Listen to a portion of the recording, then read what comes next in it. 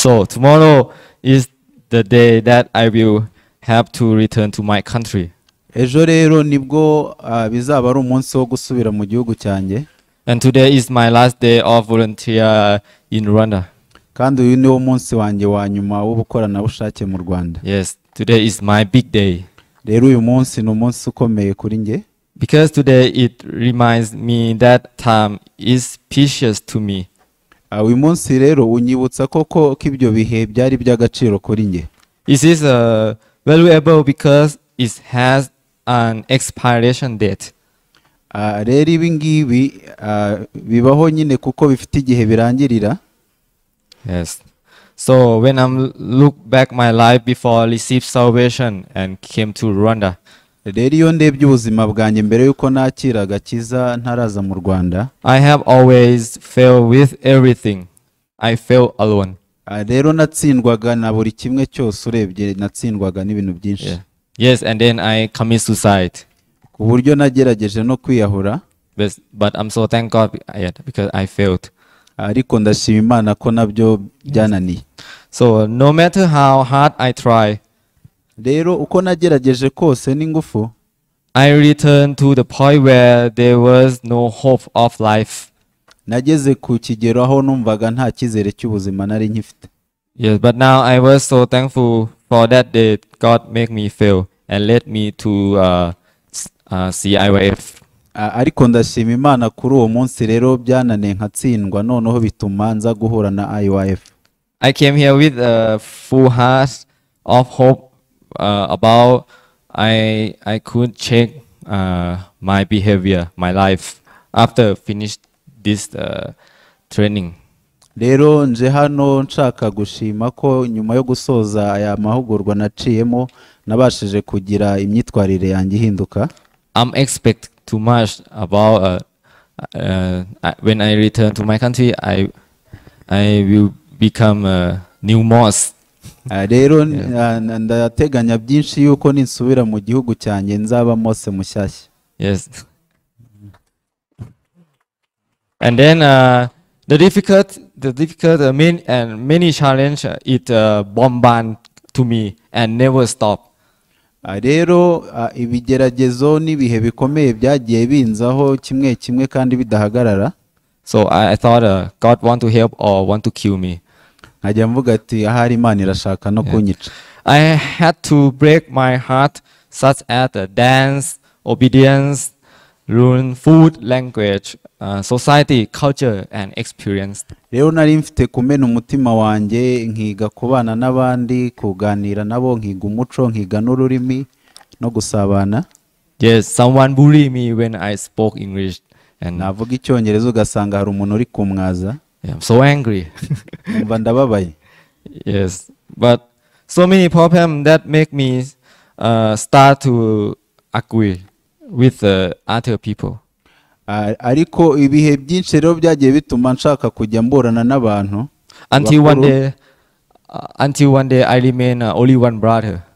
Kugeza igihe nabaye nk'usigaranye n'umuvandimwe umwe gusa. I feel lonely and start to complaining everything in Rwanda like I complaining in Thailand. Rero nkatangira kwitotomba ndi hano mu Rwanda, numva ndi njyenyine nkuko nabikoraga ndi muri Thailand. I blame everything around me because that make me like this. Yeah. Rero nkajya numva ibyo bintu byose nibyo byatumye mera gutyo. Yeah.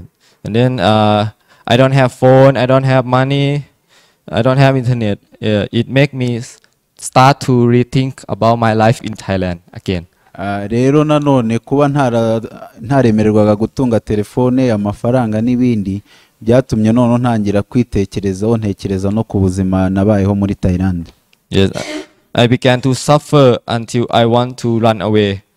Rero bitangira kundya muri njyewe, numva birangoye ku buryo numvaga nahunga. And I start to say every day, I want to go home. I want to go home. Buri munsi rero nkavuga ngo ndumva nshaka gusubira mu rugo. I question to God again.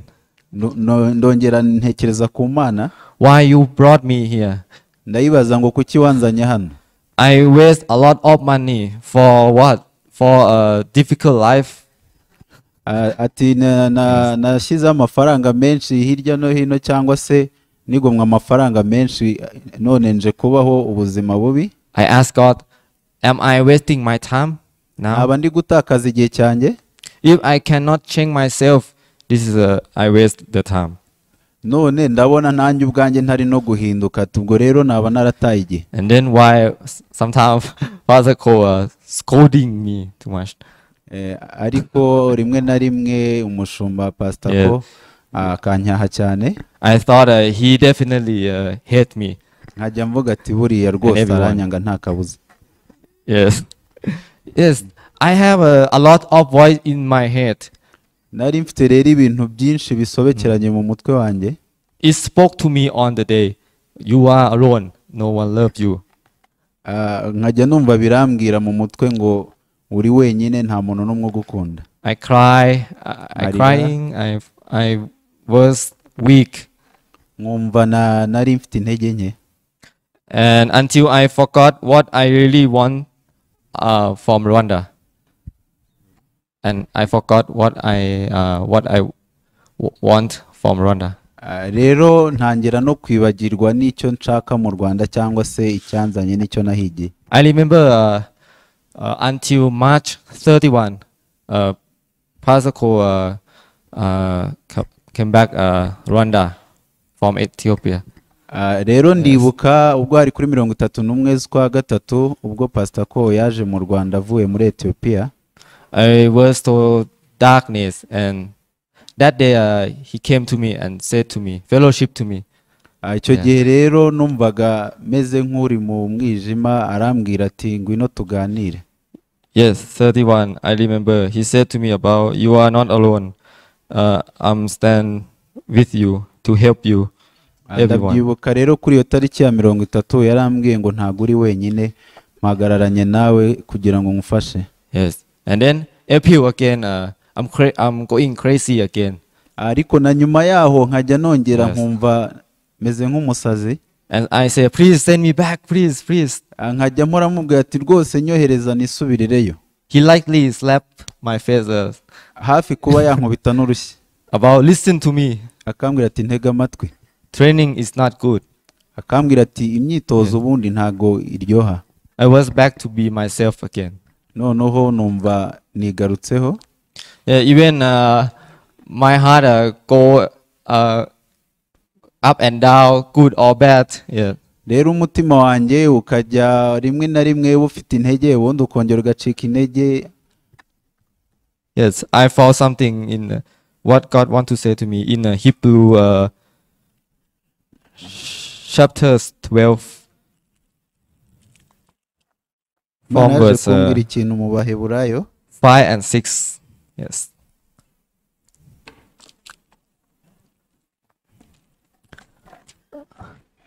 And you chapter 12 Abaheburayo igice cya 12 verse 5 to 6 kugera ku wa gatandatu. Abaheburayo 12 5-6. And you have forgotten the extortion which speak to you as to son. My son, do not despise the chastening of the Lord, nor be discouraged when you are rebuked by him. Kandi mwibagiwe kwa guhugura kubabwira nk'abana ngo mwana wanjye ntugasuzugure igihano Uwiteka hana, kandi ntugwe isari nagucyaha. For whom the Lord loves, he chastens and scourges every son whom he receives. Kuko uwo Uwiteka akunze ari we ahana, kandi akubita ibiboko abo yemera bose ko ari abana be. Yes, God told me even many hardship God gave to me because he want to teach me and said to me, I will help you. Rero Imana yari iri kumbwira ngo nubwo waciye mu bikomeye byinshi nge nagira ngo ngufashe. Yes, because I used to think about I was a good man. I tried to do everything good. Kubera ko nakundaga kwitekerezaho ko nari umuntu mwiza nkora n'ibyiza byinshi. But by this training I see my true self. ariko biciye muri uku gutozwa nabashije kwimenya mbona ishusho yanjye bwite. God showed me my thinking was wrong. Imana yanyeretse ko gutekereza kwanjye kutari gukwiriye. And then I want to read in Isaiah last chapter, Isaiah chapter 30. Ndashaka no gusoma muri Yesaya igice cya 30 from verse 20 and 21. duhereye ku murongo wa 30 no 31. And though the Lord gives you the bread of adversity and the water of affliction, yet your teacher will not be moved into a corner anymore. Murongo wa 21 Yes. na 20. Yesaya 30, 21. Kandi nubwo Uwiteka akugaburira ibyo kurya by'amakuba n'amazi y'agahimano, abakwigisha ntibazongera guhishwa, ahubwo amaso yawe azajya areba abakwigisha. And 21. Yes. 21. Kandi nimujya kunyura iburyo cyangwa ibumoso, amatwi yawe azajya yumva ijambo riguturutse inyuma rivuga riti, iyi niyo nzira mube ariyo mukomeza. Yes, God showed me his way. Rero Imana yanyeretse inzira yayo. So now I'm so thankful to God again to teach me everything. Rero ubu ndashima Imana nanone ko inyigisha buri kimwe. And I want to say thank you to everyone, even I was wrong or stubborn, but thank you for still believing in me. Rero ndashaka gushimira na buri wese nubwo nari ingoranye, ariko ndashima Imana ko mwambaye hafi mugakomeza kongirira icyizere. Dear Pastor Bez, Pastor Anna, the one who are the most patient with me. Cyane cyane umushumba Blaise na Pastor Anne nabo nibo bantu bakunze kunyihanganira cyane.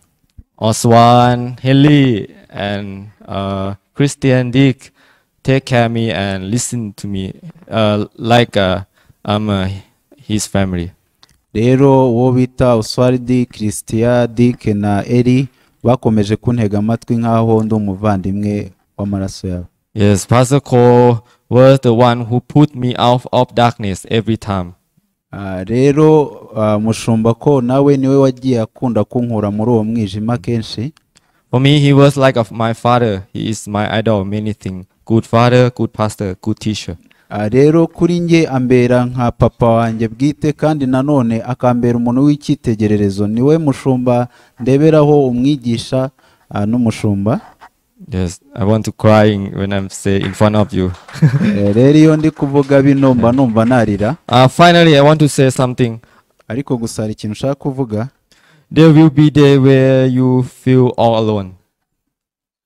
There will be day when you feel all alone. Rero bazaba bari hafi yawe nujya wumva uri wenyine. And that is when hope is need most. Kandi icyo gihe nibwo uba ukeneye n'icyizere. No matter how deep it is or how lost you feel. Uko waba wumva kose umeze cyangwa wumva warahombye, you must promise me. Ngomba kunsezeranya. You will hold on this hope. Uzakomezanya iki cyizere. Because it is alive. Kuko ubu nibwo buzima. And everyone want that. Need hope. Everyone need hope. Kandi buri wese akenera icyizere. God is your only hope and he never abandon or give up on you. Kandi Imana niyo byiringiro byawe kandi ntizakureka. And even if we fail, nubwo rero tujya tugwa, what better way is there to live? Ariko nanone ntago urugamba rumwe rwatuma utabaho. As we look around here today, rero uko turi kureba hano turi, look at everyone who makes us who we are. Turebe ku bantu batuma tubabo abo turi bo. But we will carry a piece of each other. Ariko tuzajya dukomeza tuba amahoro kuri buri umwe. Into everything that we do next. Bizajya bituma dukora ibyo dukora n'ikindi gihe. To remind us of who we are. Bijye binatwibutsa abo turi bo. And of who we are meant to be. Kandi nabo tugomba kubabo. Yeah, thank you God for teach me and guide me everything. ndashima imana Yeah. rero ko yanyoboye kandi He ikanyigisha make buri me to kimwe. find your love and beautiful heart. Yeah, you everyone restore my soul. Rero ndashima imana ko yanshoboje kugira umutima kandi ikangarura icyizere. And now I'm so excited to use this weapon, go back to fighting difficult in Thailand. Kandi nzakoresha ibi naciyemo kugira ngo mbashe guhatana ndi muri Thailand. I'm ready to fight. Ndumva niteguye guhatana. Thank you everyone. I will remember you all. Thank you. Murakoze kandi nzabibuka mwese.